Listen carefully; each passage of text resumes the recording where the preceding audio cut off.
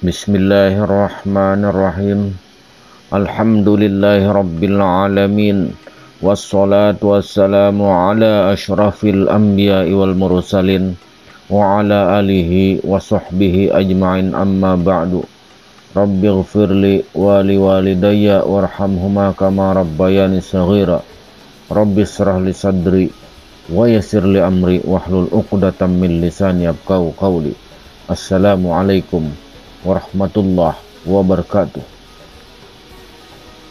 Bagi umat Islam, sebagai bahan rujukan untuk mencari dan mengenal Allah adalah melalui firman Allah di dalam Al-Quran dan sunnah Rasulullah Sallallahu Alaihi Wasallam.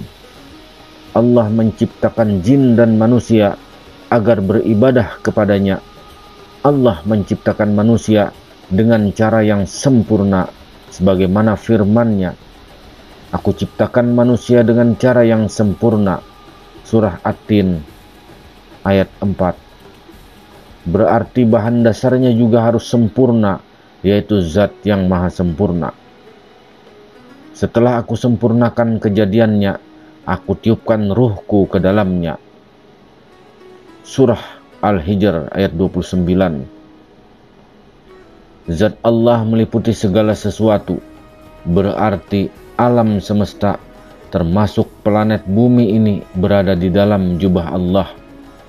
Kita semua tenggelam bako dalam Tuhan. Bila jubah Allah itu bulat seperti bola, maka kita semua seperti berada di dalam bola. Yang kemanapun kita menghadap, baik ke kiri, ke kanan, menghadap ke atas maupun ke bawah, di sanalah wajah Allah. Walillahi masyriq wal maghrib, fa inna matwallu fasamma wajhullah, innallaha wasi'un alim. Dia ada di mana-mana, namun dalam keesaannya dia tidak kemana-mana. Kenyataannya memang mencari dan mengenal Allah bukan perjalanan ke Mekah, melainkan perjalanan melalui penelusuran tanda-tandanya ke dalam diri kita sendiri untuk menuju kepadanya. Mulai dari alam lahiriah ke alam batiniah, karena Allah adalah al-batin, rumahnya di dalam batin. Kitabnya juga berada di dalam batin. Kitab sejati dan guru sejati ada di dalam diri. Perhatikanlah firman Allah yang artinya, Dialah Jibril yang telah menurunkan Al-Quran ke dalam qalbumu atas izin Allah. Surah Al-Baqarah ayat 97. Al-Quran ini adalah ayat-ayat yang nyata di dalam hati orang-orang yang diberi ilmu, dan hanya orang-orang durjana yang mengingkari ayat-ayat kami. Surah Al-Ankabut ayat 49. Allah akan memberi petunjuk kepada hatinya. Sesungguhnya Al-Quran yang mulia berada pada kitab yang terpelihara dan tidak tersentuh kecuali oleh mereka yang disucikan. Quran Surah Al-Waqiah ayat 77, 78, 79. Sabda Rasulullah Sallallahu Alaihi Wasallam, bacalah kitab yang kekal yang berada di dalam diri kalian. Qalbu mu'min baitullah, itulah baitullah yang hakiki, yang harusnya dibersihkan melalui zikir dan tafakkur, serta mujahadah agar tidak menjadi sarang syaitan dan iblis. Bila hati kita bersih, jalan menuju Tuhan terbuka lebar, bebas hambatan. Zikir adalah jalan menuju kepada Allah. Zikrullah itu dilakukan setiap saat, di mana saja dan kapan saja. Zikir itulah solat yang kekal. Daiman solatan, zikir itulah solat batin. Allah adalah al-batin, rumahnya dan kitabnya ada di dalam batin. Solatnya pun solat batin, dan wudunya adalah wudu perbuatan.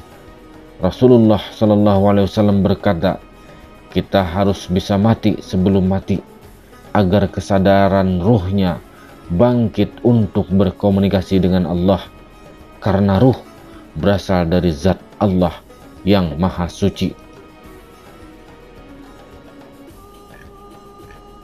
Zuhud yang secara umum diartikan berpaling seseorang daripada dunia merupakan salah satu pengertian ahli tasawuf yang penting pada kedudukan ketiga daripada 7, yaitu taubat, waro, zuhud, fakir, sabar, tawakal, dan ridho. Walaupun begitu, tidak pernah terpikir bahwa waro, fakir, sabar, tawakal, dan ridho sebenarnya berkaitan dengan zuhud. Ini bermakna zuhud mendominasi dan meluas, merangkumkan makomat yang lain kecuali taubat.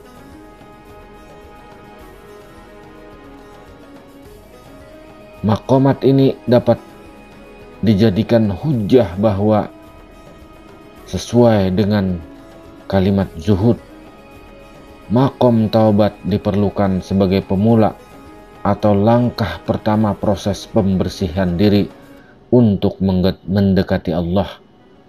Dosa merupakan sesuatu yang kotor.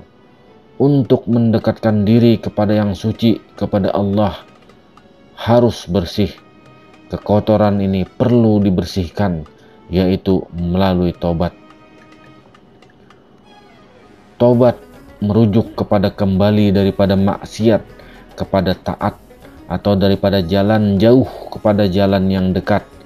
Taubat para sufi bukan setakat karena dosa seperti taubat orang awam, tetapi juga taubat daripada kelalaian dan kealpaan daripada mengingat Allah. Waro ialah menghindari apa saja yang tidak baik atau menjauhi apa saja yang membawa kepada mudarat. Setiap yang tidak baik itu sebenarnya mudarat.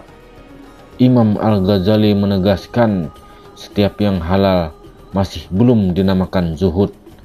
Sebaiknya beliau meletakkan batas meninggalkan yang haram dan subhat sebagai syarat minimum zuhud.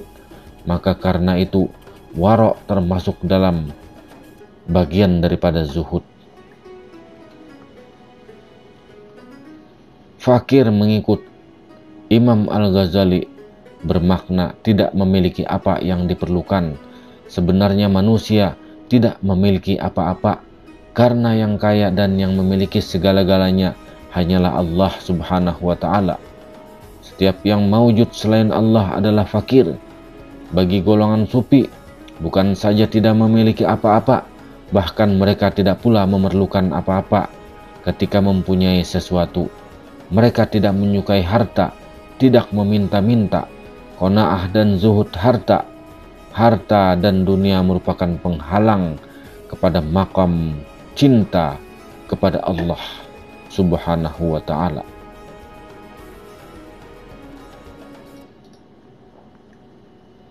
Sabar berarti tahan menempuh sesuatu yang sulit.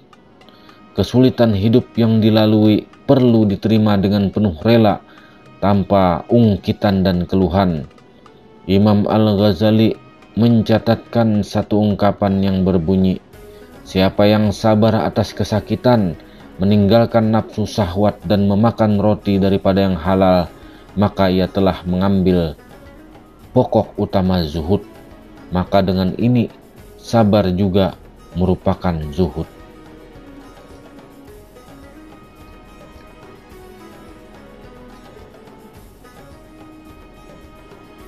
Tawakal bagi Imam Al-Ghazali bermakna menyerahkan atau mewakilkan urusannya dan berpegang dan kekal hatinya mempercayai kepadanya mengenai urusannya. Tawakal akan meletakkan seseorang pada kedudukan mencintai Allah Subhanahu wa Ta'ala, dan Allah akan mencukupi keperluannya orang yang mencintainya. Orang yang mencari keperluan selain daripada Allah, maka orang itu tidak bertawakal. Imam Al-Ghazali menjadikan tawakal sebagai syarat kepada zuhud. Kemudian ridho merupakan sifat jiwa dan mental yang terus-menerus tenang dan senang menerima segala situasi dan kondisi. Setiap kesulitan yang dihadapi dianggap sebagai nikmat dan karunia. Bagi Imam Al-Ghazali, ridho dan ketentuan yang pahit dari Allah merupakan kebahagiaan hati. Imam Al-Ghazali ada mengungkapkan bahwa ridho terkait kuat dengan cinta kepada Allah, maka sewajarnya berbahagialah dengan segala ketentuan, sebab ia didatangkan dari yang dicintai, yaitu Allah. Wallahu a'lam bishawab. Assalamualaikum warahmatullahi wabarakatuh.